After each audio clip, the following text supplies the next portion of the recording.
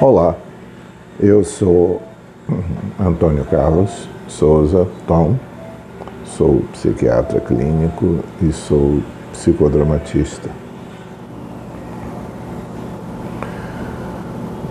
Uma das coisas que ao longo desses 5 anos eu venho repetindo aqui de várias formas diferentes é que a psiquiatria, uma especialidade médica, mas que tem peculiaridades que a distinguem do resto do exercício da medicina. Tem as peculiaridades que eu sempre estou repetindo aqui, que é que o recurso de exames complementares é limitado em psiquiatria, que nós não temos uma base orgânica de verificação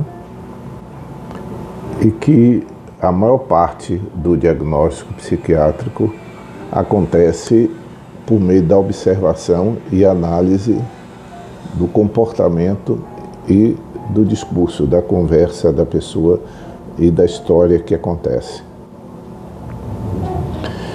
Além dessas peculiaridades que tornam o exercício da psiquiatria diferente, ou pelo menos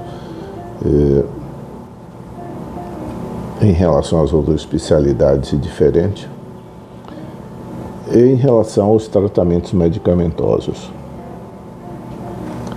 Por várias vezes eu tenho dito aqui que nas primeiras consultas psiquiátricas, ou especificamente na primeira consulta psiquiátrica, regra geral, as pessoas temem de alguma forma estar num psiquiatra, ou vir ao psiquiatra, ou ser vista em um psiquiatra. Existe o preconceito com a psiquiatria como especialidade, daí a ocorrência de tantas piadas sobre psiquiatria. Existe o preconceito sobre o profissional da área, o psiquiatra, daí também tantas piadas com o psiquiatra. Existe o preconceito com o paciente de psiquiatria, daí novamente tantas piadas em relação ao louco. Existe o preconceito em relação ao diagnóstico psiquiátrico, daí porque seja a única especialidade em que todos os diagnósticos nossos são palavras dirigidas ofensivamente a outra pessoa, são usadas ofensivamente em relação a outra pessoa. Todos os diagnósticos psiquiátricos: idiota, débil mental, imbecil, retardado, esquizofrênico, psicótico, bipolar, borderline, psicopata, demente, histérico, neurótico. O que vocês pensarem que sejam diagnósticos oficiais em psiquiatria são palavras que são usadas de forma pejorativa e ofensivas. Mas existe também o preconceito em relação ao remédio psiquiátrico. Então, é uma especialidade em que tudo que está envolvido com ela, existe um preconceito. Que preconceito é algo que nós não pensamos, temos, mas não pensamos sobre ele. Não escolhemos raciocinar, apenas sabemos que é assim. Então, não é um conceito em que existe uma formulação cognitiva que eu posso definir o que é aquilo. Aquilo é um quadro por uma série de razões. Mas por que se tem um preconceito? Não há um porquê. Existe uma condição prévia ao raciocínio. Então, vamos falar hoje da medicação psiquiátrica em si.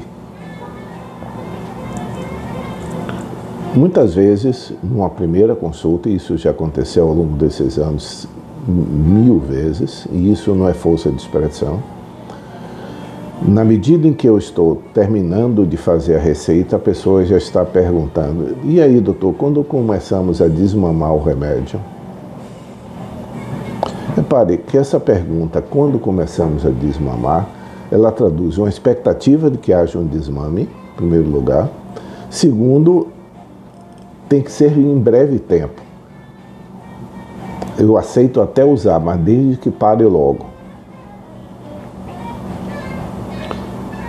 Quando o paciente termina de contar a história e eu pergunto se ele aceitaria usar uma medicação, sempre a fisionomia tem. Dificilmente o paciente diz concordo ou é isso que eu estou buscando. E sempre aparece com uma palavra que eu acho curiosa. Eu tenho resistência a usar remédio psiquiátrico. Em realidade, não é resistência. Na realidade, é uma enorme ignorância que se tem sobre o tratamento farmacológico em psiquiatria. E quando eu digo enorme ignorância, isso atinge toda a ignorância no sentido próprio do termo. As pessoas ignoram o que é o tratamento farmacológico em psiquiatria e criam uma versão corrente do que é o tratamento farmacológico, que é o preconceito. E por que é tão intenso assim? Porque atinge aqueles que são fora da medicina, ou seja, os pacientes, familiares, vizinhos, etc. Mas atinge também os profissionais da medicina que não sejam da área de psiquiatria. Em relação à psiquiatria, a maioria dos profissionais das outras áreas tem uma relativa ignorância a respeito do funcionamento do tratamento psiquiátrico. Ignorância no sentido estrito do termo, ignoram o que é. Por quê? Porque por várias razões. Primeiro, que ignoram mesmo no sentido técnico como funciona, a maioria das pessoas ignora. E segundo, que existe uma versão corrente, embora não explícita, mas que está subentendida em todas as ações dos pacientes psiquiátricos, que é em relação aos meus sintomas orgânicos, em relação aos meus problemas de natureza física, eu posso até me chatear, mas eu aceito me tratar e coopero com isso. Então, uma pessoa que é surpreendida por volta dos 35, 40 anos com um diagnóstico de hipertensão, muito possivelmente não vai ficar alegre por isso, mas ela não resiste à ideia de se tratar. Ela prefere usar o remédio do que ter um encurtamento da sua expectativa de vida. Ela sabe implicitamente que o remédio para a hipertensão não vai curar a hipertensão, não irá curar a hipertensão, vai equilibrar a hipertensão. E que a suspensão dele retornará a todos os sintomas, talvez até com um efeito rebote, vir com mais intensidade. Os pacientes endócrinos, de endocrinologia, sabem disso. Não estão absolutamente felizes com o diagnóstico que possam ter, mas sabem que aquilo que ele vai continuar tomando será por todo o resto do tempo de vida dele. Porque está suplementando uma tireoide, por exemplo, que não está mais funcionante e, portanto, vai precisar uma suplementação todo o tempo.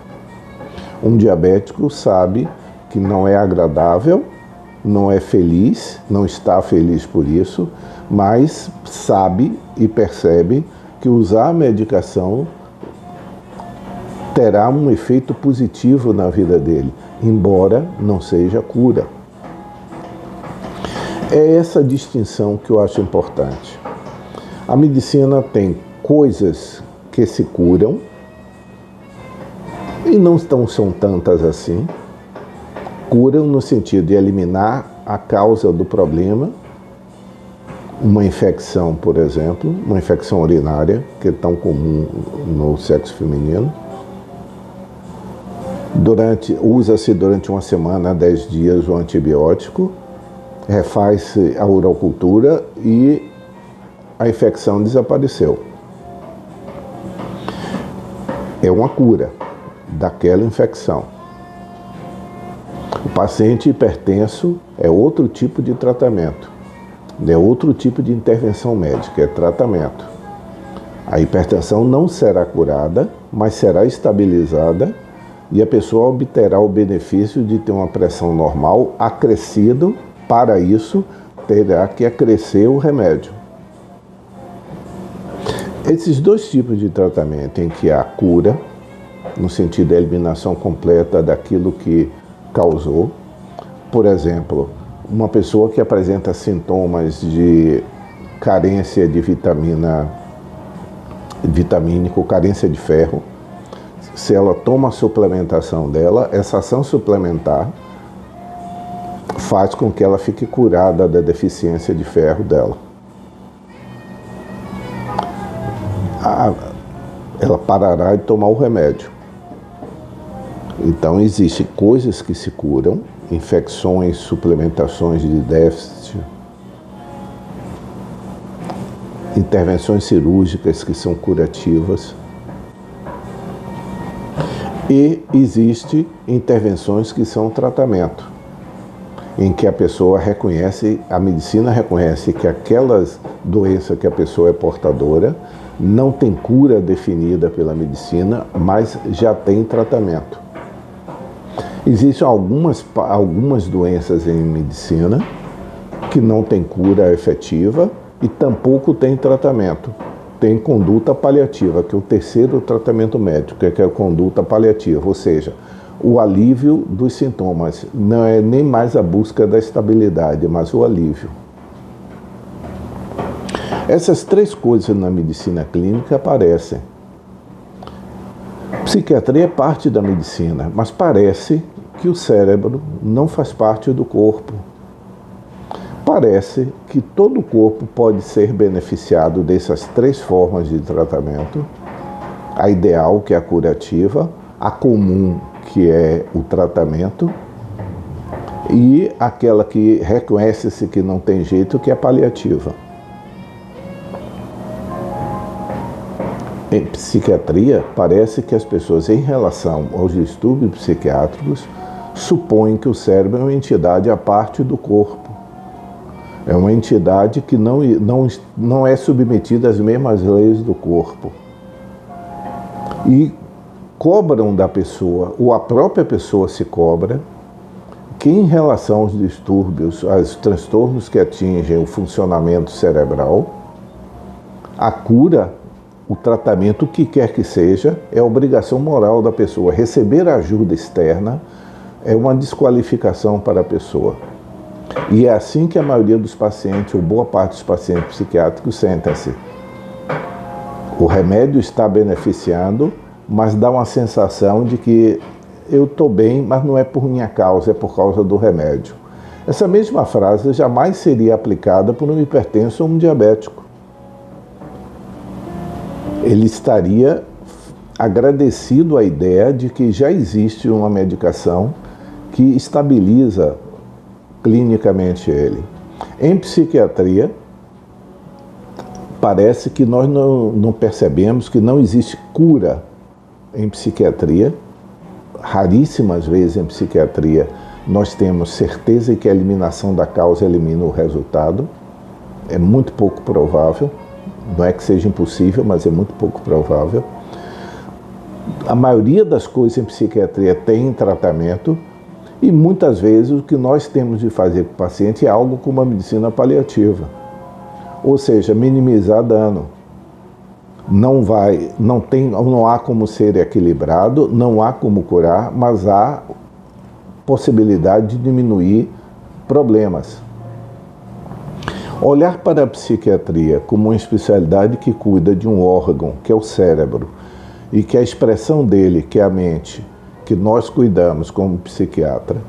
E reparem que coisa curiosa, o neurologista que também cuida do cérebro, mas da parte física, o paciente aceita com mais facilidade a intervenção do neurologista sobre um AVC, sobre um problema, um tumor cerebral, sobre um quadro orgânico degenerativo, do que aceita a intervenção do psiquiatra sobre a funcionalidade do cérebro no sentido da mente.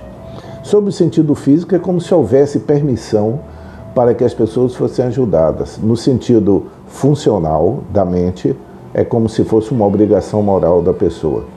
A psiquiatria e o cérebro merecem estar junto com o resto da medicina. Tchau.